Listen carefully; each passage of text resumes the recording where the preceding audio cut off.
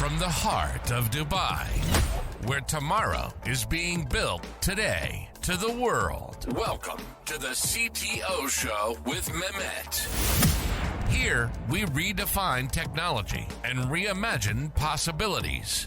With Mehmet, delve into the riveting realms of AI, cybersecurity, and digital technology. Experience the thrilling highs and lows of startups. Immerse yourself in the spirit of entrepreneurship and witness the future of business innovation being written in real time. Now, without further ado, let's tune in and explore the future. Welcome to a new episode of the CTO Show with Mehmet. Today, I'm very pleased to have with me from the US, Bryan, who is the CEO of GreenPal. Bryan, thank you very much for being on the show today. Can you please introduce yourself and what you are up to? Sure. Well, thanks for having me on. It's great to be here. So, my name is Bryan Clayton. I am the CEO and co founder of a company called GreenPal. GreenPal in the United States is an app that works like Uber or Diddy or Gojek, but for lawn mowing services. So, if you are a homeowner in the United States and need to get a gardener, rather than calling all over the internet, you can just download GreenPal, pop your address in the app and somebody comes and takes care of the chore for you. GreenPal is a 10-year overnight success. My two co-founders and I have been at this project for a little over 10 years. And now we are nationwide in the United States with around 300,000 people using the app to get lawn mowing services done. That's very cool, Bryan. Like, actually, what caught my eyes, whenever I like to have someone on the show, so there is something that I see interesting. And for you, it was like you deciding to venture into tech space coming from a landscaping background. Can you like little bit tell us about, how the idea of GreenPal came?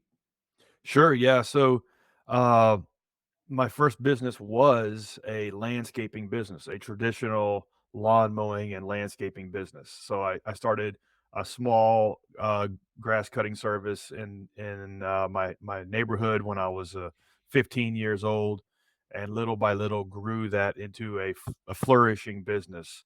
Eventually, over a 15-year period of time, getting it to 150 employees and $10 million a year in revenue.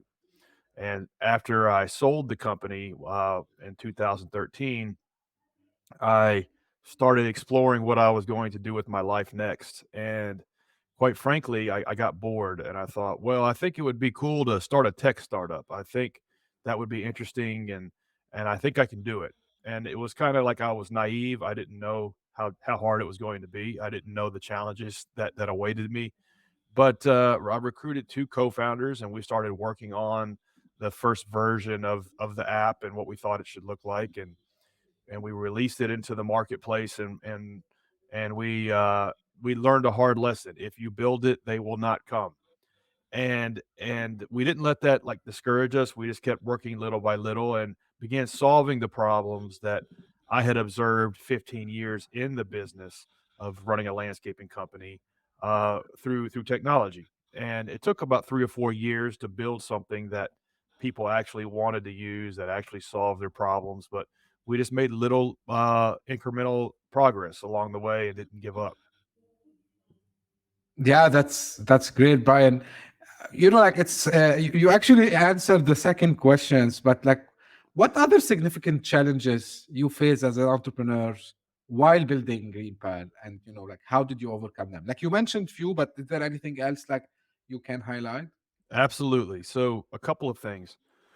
So the first thing was navigating from a what I call a blue collar entrepreneur to a technical entrepreneur. So I was running a landscaping business with over 100 employees, 90 trucks, going out every day servicing customers. It was a very much a hands-on business. It was hand-to-hand combat, so to speak. And that's a tough business to run, but there's a big difference between running that kind of business versus a technology business where now you're managing engineers, developers, product designers, copywriters, things like that. So they're really two different worlds, so to speak. And so I didn't know the differences between those two worlds until I started making the transition from a blue collar business to a tech business. So that was one challenge. The second challenge was there's a big difference if you're running a traditional style of business, maybe a restaurant, a construction company, a dry cleaning service, a home cleaning service, whatever, versus starting a tech company. Most of the time, when you're starting a tech business, you're inventing a brand new product from scratch that does not exist in the world. And that is Mm-hmm. very different than running a traditional style business that's solving a need in the marketplace. Those two are almost completely different paths because one, in a traditional business, you're just rolling up your sleeves, you're getting to work, you're figuring out how to service customers better than your competition. Maybe you're developing a strategy to do that. But on the second path of inventing a new product, there is no roadmap. It's just you going from one, trial and error, going from one failure to the next without like a loss of enthusiasm and just forging your way through the unknown. And I wasn't ready for that. I didn't know what that was going to look like. Nobody told me that those go what that looked like. So that was another challenge that I had to deal with. Yeah, that's informative. But do you think like there are some qualities that we should have in order to be ready to such challenges, or do you think it's something for anyone that can learn? I think anybody can get through it so long as you are sufficiently motivated to do it. I think one if like one thing that could be helpful is are you an animal for this type of business? Like what I Mhm. mean, and I don't mean like like do you have a long neck and you look like a giraffe? I mean like would somebody describe you as an animal? Like man, that guy or that gal's crazy to get that business going. Like they're just insane. They're working 7 days a week on it. They're calling customers back. They're figuring out problems. They're solving them. They're an animal. Like if somebody would describe you as an animal, then this is the right path for you because that's what it's going to take. It really is a never ending series of challenges that you're going from one problem to the next trying to solve these problems. So that's one thing, and anybody can become that. The next thing is I think if you can look at the whole endeavor as one big experiment, because a lot of times when we're in business, we're putting things in and we expect things out, and so we're doing all of this work and we can like quantify maybe what it will become. Well, in a startup in a new with a new product, it really is an experiment, and the goal for everything you're doing is just information. So Paul Graham he has a saying where he says action produces information. And so really that's all you're after. You're trying to get information back from users as to what's working, what's not working, what you wish, what you should be focusing on and what doesn't matter. And really if you can look at it that way, it can kind of reduce your expectations in terms of when things are working and when things aren't. And so that's another thing, another tip I would give, especially in the early days, is action produces information. You're just trying to experiment with what's going to work and what's not. That's really very informative, Brian.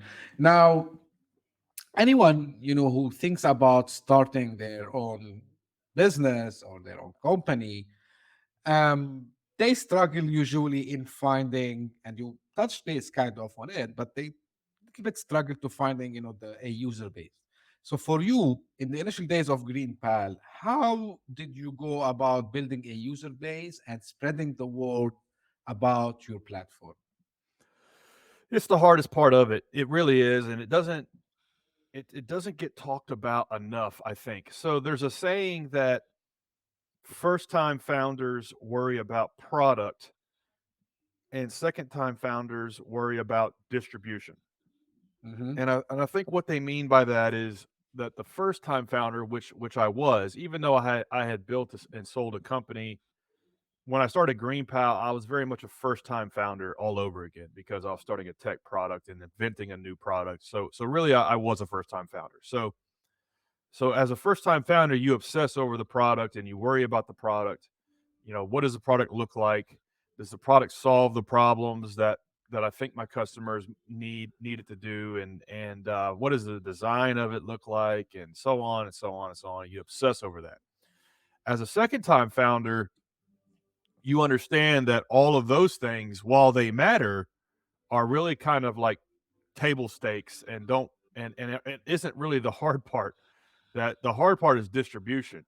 And the second time founder won't start a startup if they can kind of have some sort of intuition around the distribution and how they're going to innovate in the distribution, because they know that the harder part is actually getting people to use the product that you just built. Yeah. And anybody can build a product, and as crazy as it sounds, like, you know pulling something like this off and building a technical product that works is hard. But the harder part is getting people to find out about it, to use it, to keep using it, and that really that the product itself is the easy part. You see this a lot with like musicians.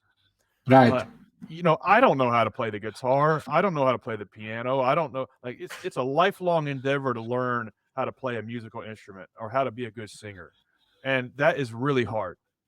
But it's 100 times harder to get 1,000 people to show up at a live concert that you put on. And so while the world is filled with talented musicians, it's filled with even fewer uh, uh, traveling live musicians that could get people to come to a live show, and yet even fewer than that reach massive amounts of fame and success. So starting a new product and starting a startup is much like one of a musician in that sense.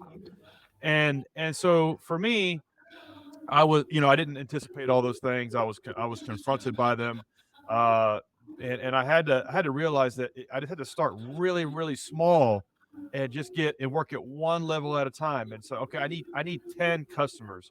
How am I going to get 10 customers? And so I would ask friends and family to use this app that we had just built. Okay, Mm-hmm. now I need 100 customers.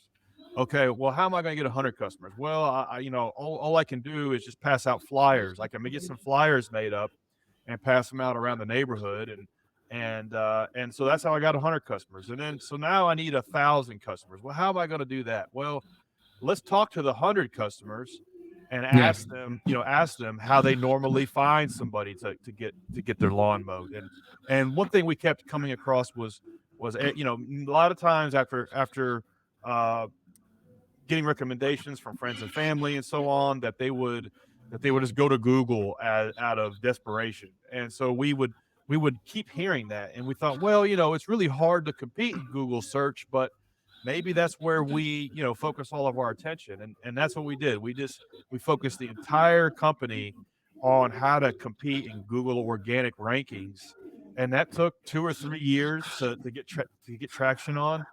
But we just kept focusing on keywords we could compete for, small towns where they weren't super competitive, and got a little bit of traction there, and slowly have built the whole company on Google organic search as a means of getting customers. And I think as a new startup, you're going to be good at one channel. You're going to be good at one means. You're Right. probably not going to be good at two or three or four at one time. Yeah, that's really resonates with what we know usually about startups, and how it's you need to do multiple things at the same time. Now this is to lead me to the second question regarding this part of building the business. So we know that when we start something new, our resources are like very scarce, right? So we don't have the luxury of having all what maybe big companies they have. So how do you prioritize your resources and focus, especially when you are starting up? So what did you do when you were in the early stages of GreenPal? Yeah, I think having constrained resources is actually can be a benefit. It's like nothing clarifies your thinking more than being super hungry. And I think it's just a law of the universe, and it can work to your benefit that if you don't if you don't have a bunch of resources, then you don't waste time on the things that don't matter. Another saying, necessity is the mother of invention.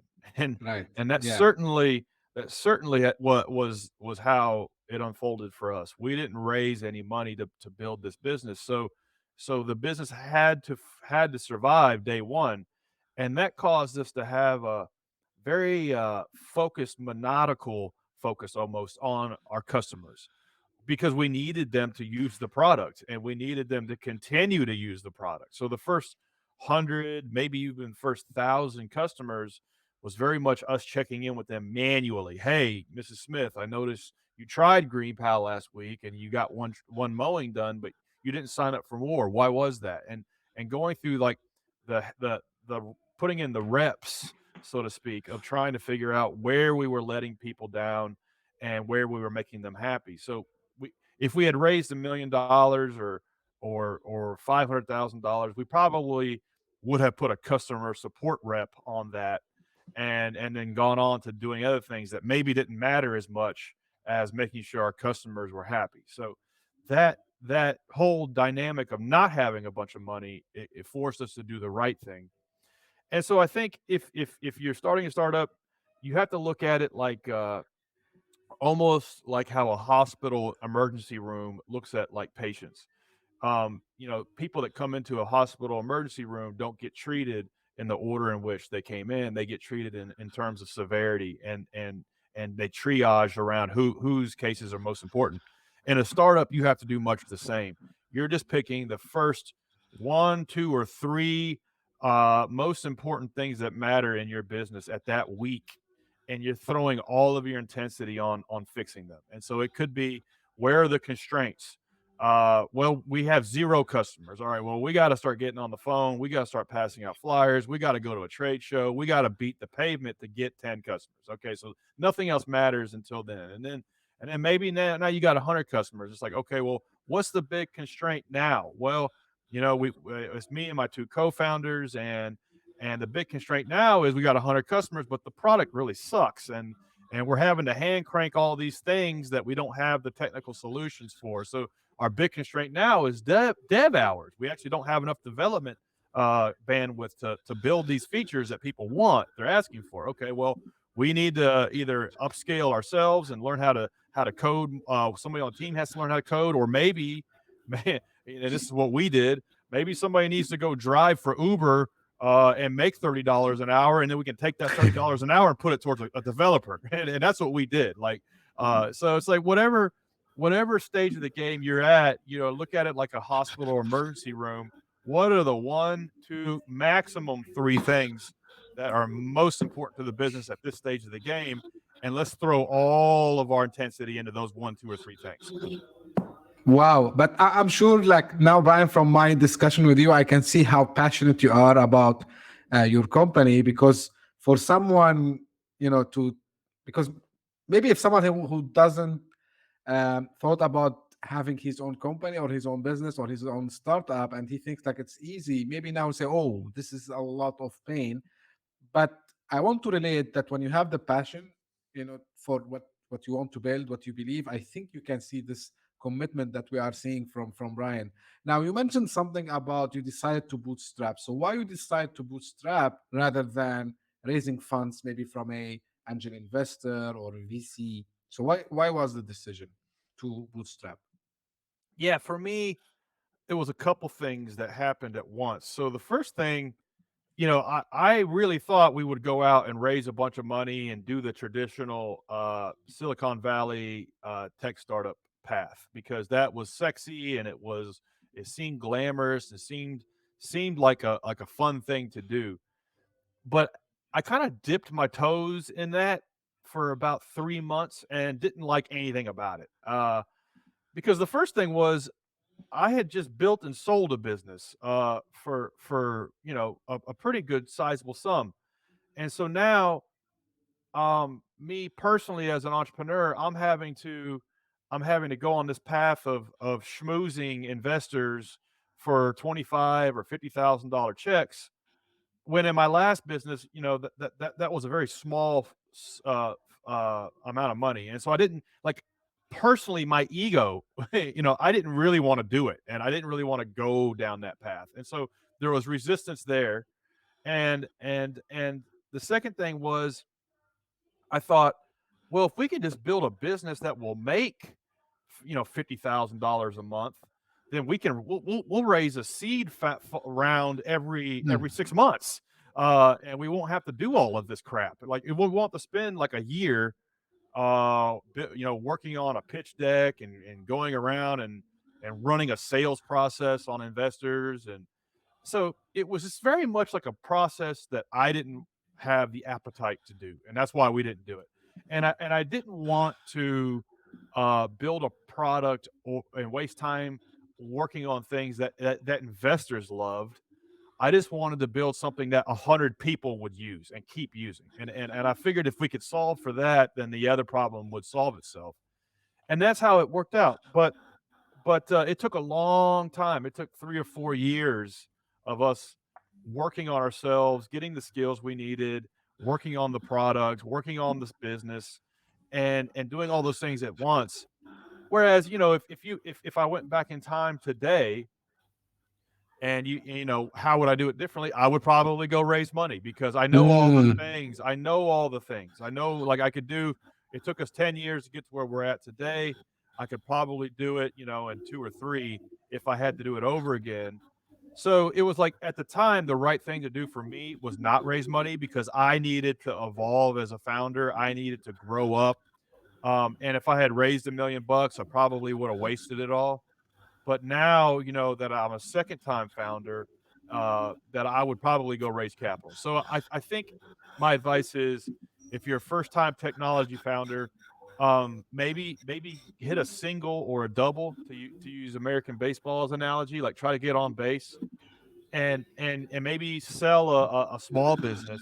Then on the second or third one, maybe go the raising capital route because you don't have to. And I think a lot of times outside capital destroys more businesses than it helps create. Yeah, and this is something that I always discuss with people who thinks about having their tech startups, and they always say, "Yeah, we need to raise some seed funds. Maybe we will do even some multiple rounds, and then we will go IPO at the end." I say, "Okay, fine, but do you really need it? Like, what's your end goal with that?" Right. And from I like to ask this question, and I'm happy that you answered already, Brian, because now some of my guests they say, look, like you can keep bootstrapping as long as you are happy with the size of your business, and maybe you would need to go and raise funds if you want to take it.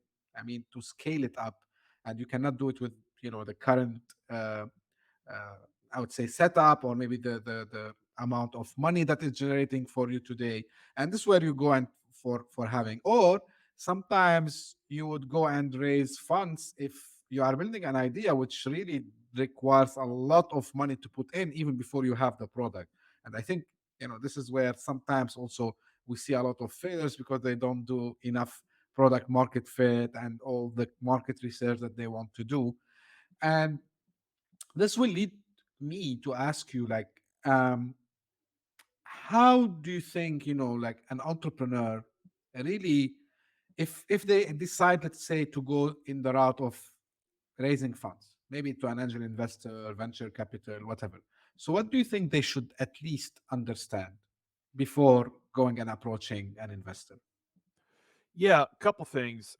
One, I would encourage anybody that is thinking about raising funds to first try to take it as far as you can, meaning your business, before you go to raise funds. And what I'm like, a lot of new founders will say, "Well, I will start this business if I can get capital.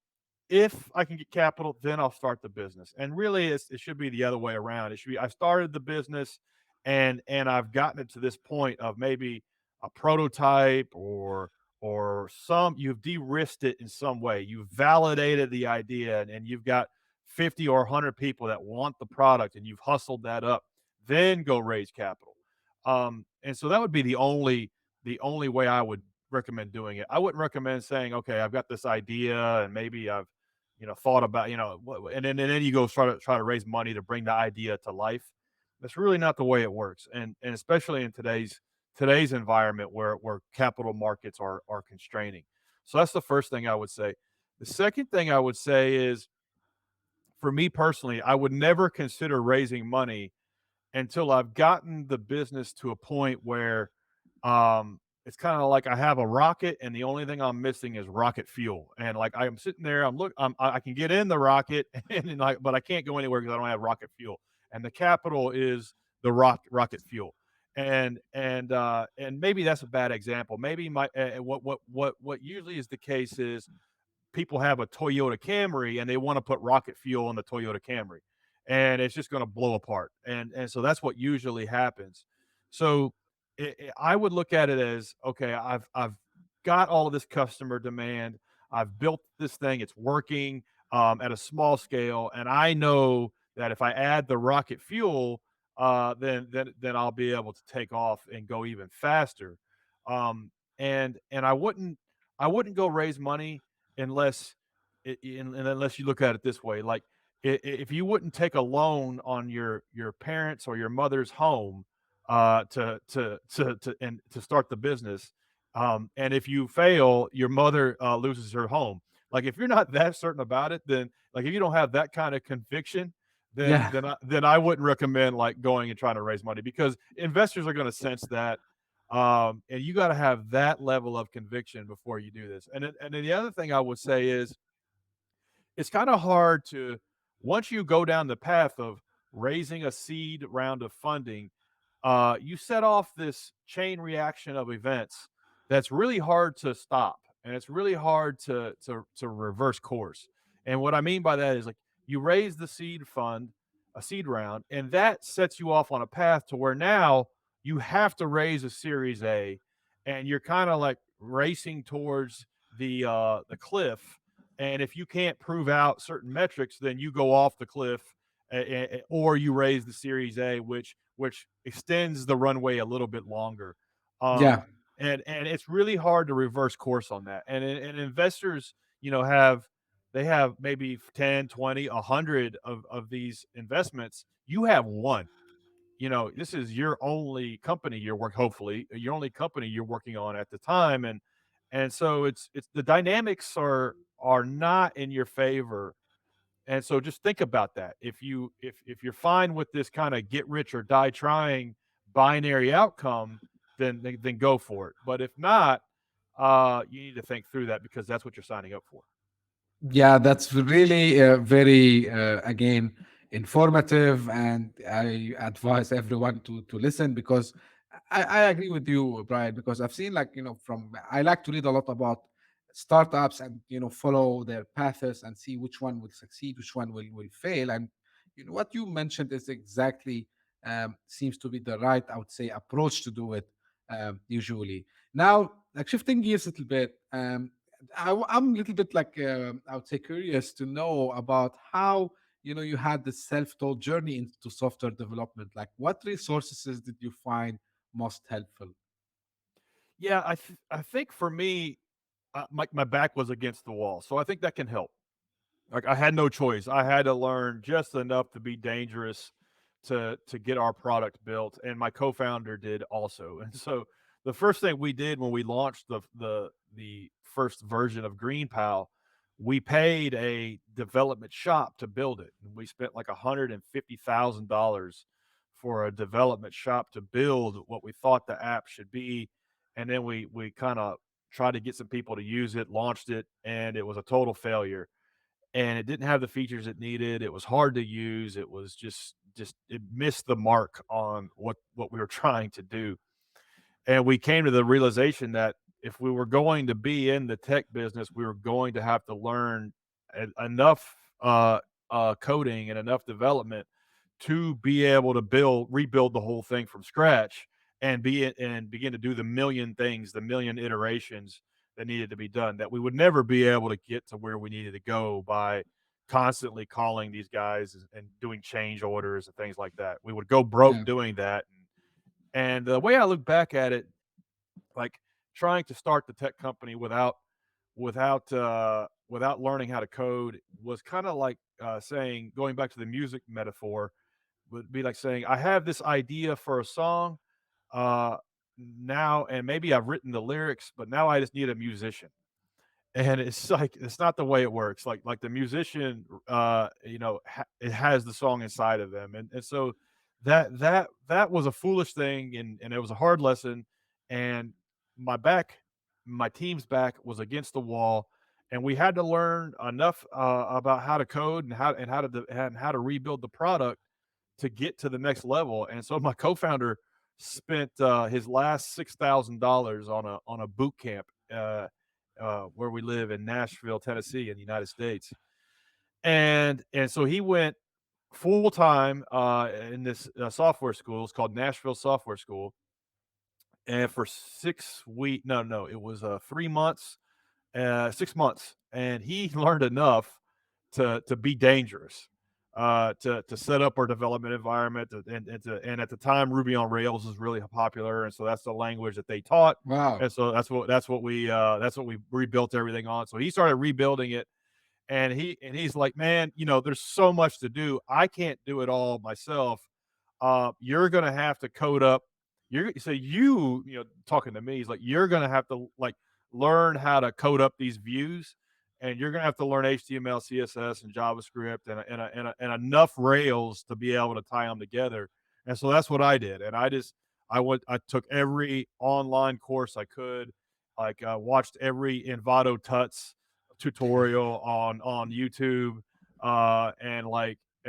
became the world's worst front end engineer, um, to work alongside him to meet him where he was working on the back end, and I would take it from there and like make a usable front end interface, um, to help him rebuild the whole thing. And that's what we did, and we did that for a long time, for like 2 years. Me and him working back and forth, front end and back end. And then as time we started getting like 100 customers, 500 customers, 1,000 customers, started making a little bit of money. And then we were able to build a dev team around us. He knew what we needed in terms of back end devs. I knew what we needed in terms of front end devs. And we were able to build a team based on our experience and our knowledge and what we knew we needed, because we were kind of doing it ourselves, but not really good. But at least we knew what good looked like. And so that's how we did it. And it was hard, but it was the right thing to do. Wow, this is really inspiring, by the way. And I'm trying to now think about what I would do if I'm built something and my dev team leaves me. So, what are my options? It's Right? tough. Yeah, it's really tough because you have to go, as you said, like you need to be like, as they say, start from scratch, learn. Of course, like I think we are a little bit lucky in this time because you can find a lot of courses, a lot of resources, That's but right. still, yeah, but still, it's very challenging. And personally, like of course, like always, I tried, to be at some stage in building apps and all this, but I like to give, as they say, everyone his own work that he should be supposed to do. But yeah, like it's really tough, and congratulations on really getting to here, passing this. I know, like also, Brian, you focused a bit on data analytics, and it had like some role in the growth of the business, right? Yeah, you learn really quick when you're trying to invent a new product that you don't know anything. Like you don't know what users want. You don't know what decisions to make. And so a lot of times you're like going off of gut instinct, and a lot of times you're proven wrong. So it's very, very humbling. And so then you start, even if you're not a data oriented person, and I certainly wasn't, you start understanding that you have to collect data. And even if data is just qualitative data, talking to 10 customers, talking to 50 customers, and taking the qualitative data, because a lot of times we think data, we think spreadsheet, we think CSV, we think massive fire hose of data that we're slicing and dicing, but really data in the early days needs to be, I did 10 usability tests at the coffee shop, and this is where the product is confusing to use, and I'm using that data, even if it's only ten data points, to improve the product. And so as a startup and as a founder, no matter what stage of the game you are in, you are always using data at different stages and different amounts to make better decisions. And so, even to this day, I still try to, even though we have 300,000 customers, I still try to blend the gut instinct from a qualitative data and qualitative research, what people are telling me, versus the quantitative data. What are the cohort analysis telling me? How are people behaving after we make changes and so on, and blending that uh, into a specific knowledge of okay, what is the right decision to make. So if you're not using data at all levels, and even going after a dozen or 50 data points in the early days, and you're just using your opinion, one or two things are going to happen. You're either going to fail or you're going to get lucky, and like getting lucky is not a strategy. So you really want to go after the data as much as you can. Yeah, right. By the way, like this is something also I keep advising some people. They come to me, they have ideas, and this is, as Brian mentioned, data collection and analytics. You should do it at early stages, like even before you start building anything, because you need to build some data points to see like how people are excited about your idea first. Then you start to build, and then you start to collect their feedbacks. And the more data you have, the better decisions that you can have. So 100% I agree with Brian on this point. Now, Brian, as we are approaching, the end of our interview today, what some final advices you can give to aspiring entrepreneurs, someone who's maybe now graduating from college, someone who just decided to drop out and say, hey, you know what, I'm gonna go and do all this by myself. So what you tell these young people who are maybe watching or listening to us today, that maybe have an idea, they are hesitant, and they want to start, what do you tell them? Yeah, especially, if you're thinking about getting started and you haven't yet, you can look at your life. How many good years do we get? 20, 30, 40, maybe 50 good ones, like, you're going to do something. And if you look, I think to like live an interesting life, you have to have an interesting story of some kind. You have to do interesting things. And I think the business can be the answer to that. The business that you start and the journey of starting that business, or maybe multiple businesses, can be the thing that causes you to live an interesting life. And certainly has been for me. I've been an entrepreneur for 22 years. I'm not particularly talented at any one thing, and I've lived a so much more enriching, interesting life having started and built one company and started another, that I otherwise would have not lived. And so look at it that way. Look at your life in the context of a movie or a story, and look at like the highs and lows that are going to come with that make that story interesting. And the business can be the storyline to your life. So and that can help you get started, and it can help you get through a lot of the challenges. Yeah, that's great. Now, as we come to the end, I have a very famous question, Brian. The question is, which question you wish that I have asked you and how you would answer Ooh. it? Well, you've asked some really good questions, so I appreciate that, and I also appreciate you having me on your show. My pleasure. I guess I guess one thing would be, um, that I've always wondered is, you know, did you ever think it wasn't going to work, and how do you know when Mm, it's working? And because a lot, like the first 3 years of starting GreenPal, I was just like, man, I don't know if this is.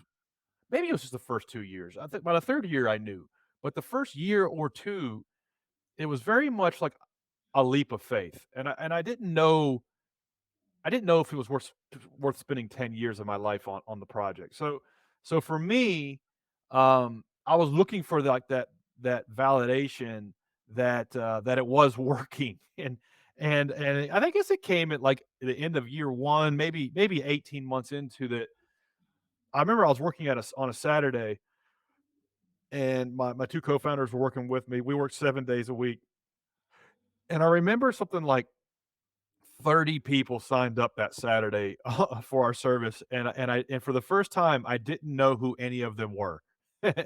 And so that was the moment, that I knew that it was gonna work. Now we have 1,000 or 2,000 people a day sign up, but at that moment, it was a Saturday and 30 people signed up, and I didn't recognize any of the names.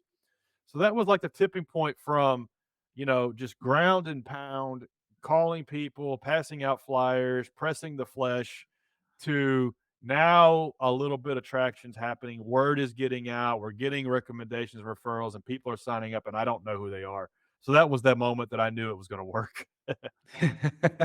That's really great, Brian. And I can feel this moment, like what you could have been feeling at that time. You and your co-founders, because like yes, we did it. Like some people coming and they want our service, which That's is right.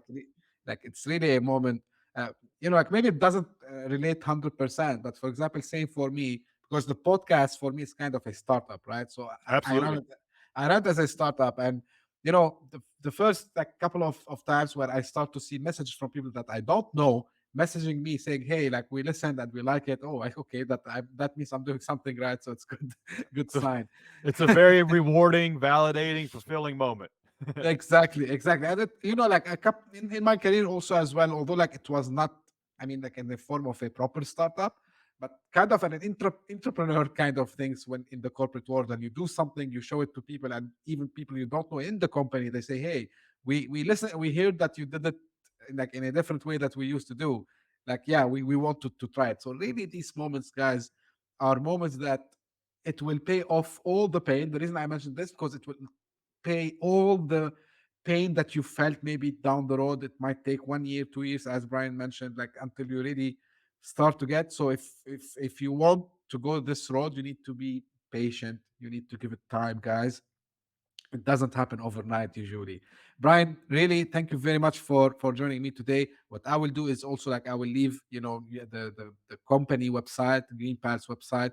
If someone is in the US and they might be interested in your services, so they can get to know about the company and what we do. And as usual, this is something I repeat at the end of each episode. If you have any feedback or questions about this episode or the show in general, please reach out to me. I'm available on LinkedIn, Twitter. My email address is also like on the website of the podcast. You can reach out to me. If you are interested to be guest like Brian today, also we can arrange for this. Just send me a message. We can arrange for that. We can set up the logistics part. Don't worry about it. And you know, I hope that you enjoyed this episode. And as usual, we will meet again in next episode. Thank you very much and see you soon. Hit that subscribe button, share the show with your tech-savvy friends and fellow entrepreneurs, and leave us a review on your favorite podcast app. Your support means the world to us.